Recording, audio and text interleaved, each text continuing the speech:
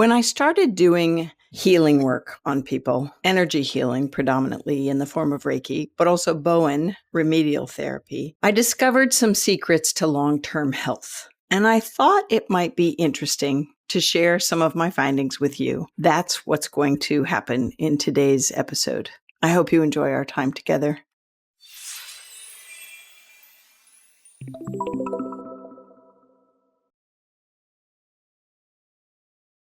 Hello, and welcome to the Constance Messmer podcast. Thank you so much for tuning in. In previous episodes, I told you that when I first started doing my healing work, I did it in silence. I would just work on the people and just really tune into physically what was happening to them. But because I am so enamored with telepathic communication and connecting to the deeper meaning of everything, I would tune in to other experiences that I would and could comprehend while working on their aches and pains. Stories would start to unfold. I would see them as visionary experiences, and I would hear them as percolating offerings from the person on the table's soul, but also from guides and angels that were alongside them, directing them in life, helping them along their way.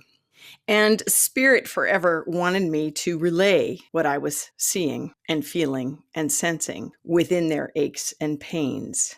And what I really wanted to know before relaying this information was, would telling the patient the story that was in their energy field that I picked up from their wounds, or the stories that I found in their chakras, would telling them make a difference in their healing? Would their healing hold longer? Would the healing happen quicker?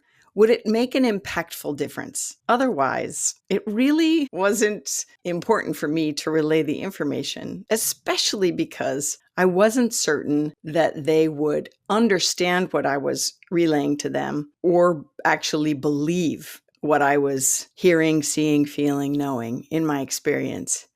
And because I was a bit green in my work and untrusting, not of the information, but in my own ability to relay it as information, I didn't want to comply with Spirit's desires to share the stories. But because I am such a researcher with this stuff, like how does energetic work and how do blocks happen in the being and the soul's experience in this incarnation and countless others, I did want to know if relaying the story was going to make a difference for them. And so, with a song and a prayer and a lot of courage, I took a breath and began to tell my clients as I worked on them, listen, sometimes when I work on people, I get psychic impressions on a soul level, from your soul to me, from guidance on the other side to me to offer you as information. And so I told them this and asked them if they would be open to hearing what I had to say. And I tried this for several occasions.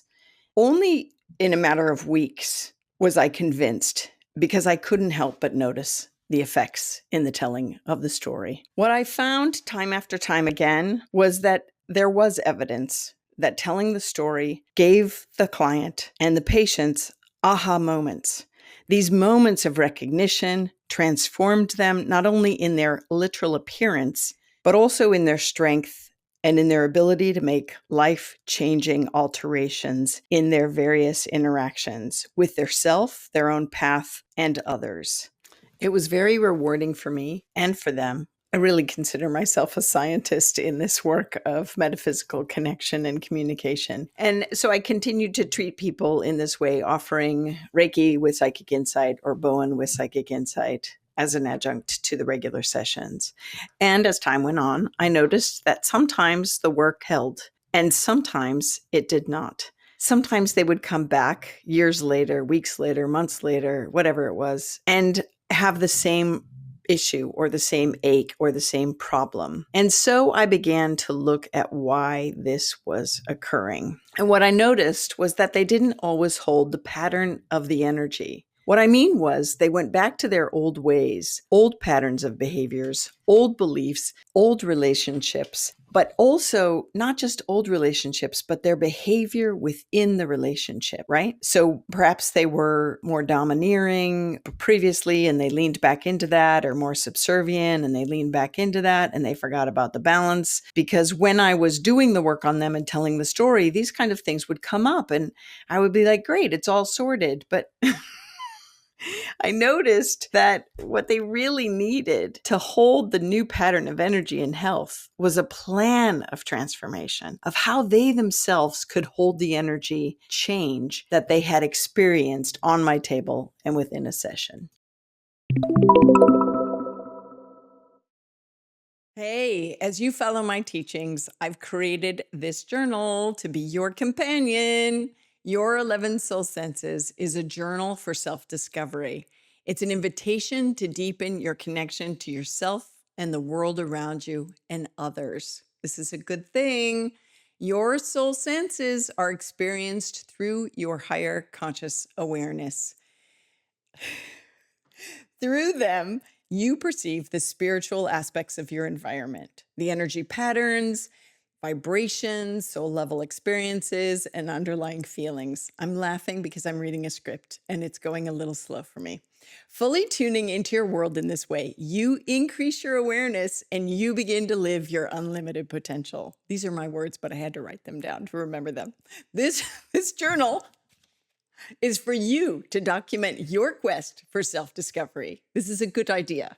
Definitions are in there to help you understand how you are perceiving through your soul senses. Don't forget, I'm all about contemporary language. Prompts and quotes that we've added guide and encourage you. The empty pages are there for extraordinary exploration as you connect with your own higher states of awareness. I think I moved my eyeballs away from looking at the camera. But listen, to get yours, I want you, I invite you, I'm encouraging you to head to constancemessmer.com and check out my shop. Listen, I did it for you. All this I do for you. You know that. I believe in you. You got this. Thanks for tuning in. I began to record my findings for them and giving them the recording so that they could re-listen over and over again. And I thought that this might be helpful in regards to helping them notice a lifetime plan that helped them to recognize their choices in behavior that occurred moment to moment, and that they needed to help keep their positivity in the experience for balance, right? And for desirable and newfound attributes, like front and center in their life, like noticing, oh, this was this old lifetime that came out in this session that was stuck in this chakra or stuck in this muscle or this trauma, if you will, from a previous incarnation or from my childhood that was holding me in this pattern of behavior or this pattern of unhappiness or this pattern of stress. And that's why I was holding my body in muscle tension in that space. But by allowing the recording to happen, they could re-listen and notice those moments, recognize those moments in their life where they needed to make a subtle adjustment or slight adjustment if they were leaning back into their old behaviors, right? This was especially important because they were often walking right back into the same old life with other people. You see, they had changed, but the people around them, the world around them had not changed. And so they were trying on this kind of new way of being, still stuck in the same kind of rut or experiences. And so they needed not only to get themselves to change, they also had to get everybody else on board too. And what I noticed, and they noticed too, and I had to come to terms with, was that it was going to take a dedicated practice, or strength training, if you will, of habitual exercises to increase and maintain their new way of existing in the life that they were now choosing. And I realized it needed to be on them more than they needed to return to me in session after session. I especially liked this newfound awareness for myself because, truth be told, I don't like repeat customers. I'm okay with people coming back for annual sessions or whatever, but not when it's the same thing. Sometimes people call and I'm like, I tune in while they're calling and I would be like, you know what? Can you just re-listen to last year's session? Because you've not made those changes, and change is hard. I'm right with you. I am so right with you. Comfort zone is comfortable, comfortable, comfortable. And it takes courage to break out of the mold or the places that we've, built around as our structured kind of way of functioning for our own safety or comfort. But what I realized was that that's why I love Bowen, right? Because it's a modality, it's a remedial therapy. As Bowen practitioners, we believe we can sort issues within 1 to 3 appointments. So that I was like, yes, this is my kind of work. And with Reiki, a lot of times practitioners are like, keep coming back for energy balancing. But what I learned, because I didn't want to do that, and I needed space and time for my other clients, right? Not just repeat Reiki people, was that as much as the energy balancing is profound and can occur, because I've experienced it myself, on myself, and with others that I've worked on as clients, it's important for me in my work to have, those other opportunities for the psychic stuff or the reads or the teaching people to connect to spirit. So I couldn't just have a practice that was full of Reiki people coming back. And I also noticed, like I said, in these findings on clients behind the scenes, was that the more I told them what the imbalance in their chakras was about, the more they were able to kind of create these new patterns of behaviors or make these changes in their life. If I was just in my silence balancing the chakras, then what were they to learn unless I gave them feedback, which was what I found was the beneficial part of it all, really. People would come to me often wishing for a magic wand. I wish I had a magic wand too. And that, that elated feeling of purging and recognition you get after having a beautiful session. People would be floored after they came. They just would. When I would give the readings, they would just be transformed. I could see it in their eyes. The weight was lifted. I'd get emails or calls going, oh my gosh, my life has changed. Thank you so much. But I'd equally get those that people would contact me 3 years later and say, I finally broke up and got the courage to break up from that heading nowhere relationship. And now I've missed those 3 years. You told me back then that it was not aligned with my truth. And now I've missed my opportunity to bear children. These kind of sad stories always troubled me. Like, what more could I do to help them understand the importance of this, not just my work, but what I reveal from their soul, because it's really their soul. When I tune into people on my table and try to offer a more profound healing and a lifelong health benefit, I'm sourcing the answers from their soul. And so I realized that the magic missing ingredient, the magic one that they really wanted, wasn't something I could offer them, but it was something that they could offer themselves in the days ahead. And it was their connection to choice to consciousness, and to courage. To me, that's the magic wand. Your connection to choice, your connection to consciousness. And by consciousness, I mean the presence of your body, mind, soul, heart, emotions, physically, energetically, to what's happening in your day-to-day experience. And then finally, courage. The courage to take a different path that might not be comfortable, that might have your voice quivering when you speak your truth to someone in a compassionate way. The courage to make some changes, to walk away or open another door that you've been longing to open, or approach someone you've been longing to approach, or living the life you're meant to live. All of these things, this noticing your own connection to the choices that you make and being conscious in each moment. Body, mind, heart, soul, emotion, physically, energetically, and the courage to do or respond to the reveal that's bubbling up from your own soul's experience. When you do these things, that's when I recognize that the work is holding longer. When people take what I offer them in reads, or take what they get when I lead them on a meditation to source their soul's truth, or look into their chakras to see what's holding them back, slowing them down, bothering them, what magic they have stored there in power from childhood or past life experiences, what magic they have at their disposal, their own superpowers that they need to tap into and honor and allow for change in their life. When that happens, we're more balanced in our world. We are. And there's a healing that takes place on this incredible, energetic, mentally, emotionally, physically, spiritually level that is and can be profound.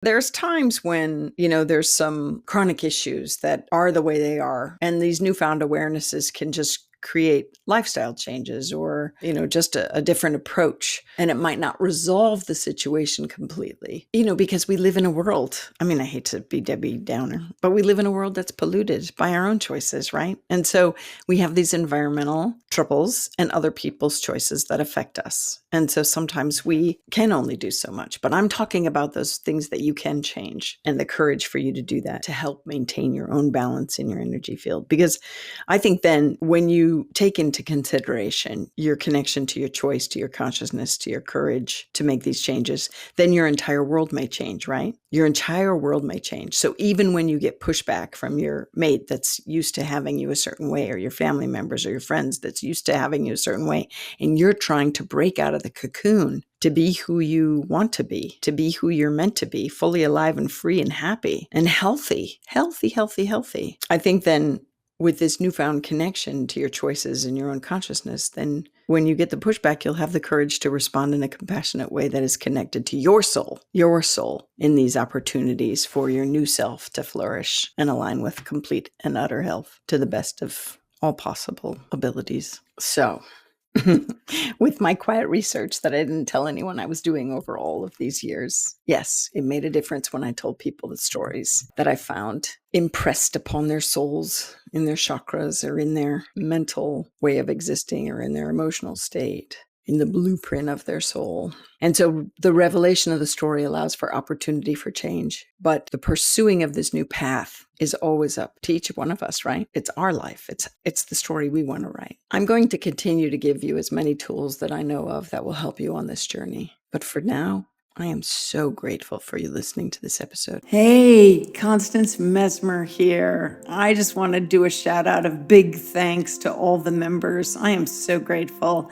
And all the people dropping in and giving little donations here and there and super thanks and all that stuff. I really appreciate you. You members and you people contributing and subscribers are what helped me bring this content to everyone, really. They both contribute to the cost of production, and I am definitely grateful for that. This stuff is not cheap to put out. Oh my God. Oh my God. So every little bit helps, and I am filled with gratitude that you're stepping up. I am not necessarily a joiner, not usually, but there are environmental issues and other organizations that I do belong to and I contribute to because I like to see them persevere. And I'm hoping you feel the same about this work. I hope you put it into practice in your life. That's another way that you could spread this work and help change our world, which is what I think it ultimately does. As you know, I think if everyone tuned into their soul senses, the world would be a much better place. So when you subscribe, it's a big yes vote for the content, and it helps spread the work across the planet. So when you put the lessons into practice and subscribe and like and share, you help me help you carry the lesson beyond you and me. And I am just really grateful. Legally speaking, this podcast is presented solely for educational, spiritual, and entertainment purposes. It is not intended as a substitute for medical diagnosis, treatment, or the advice of a physician, psychotherapist, or other qualified professional. You should not use this information to diagnose or treat a health problem or condition. Always check with your doctor. Thank you.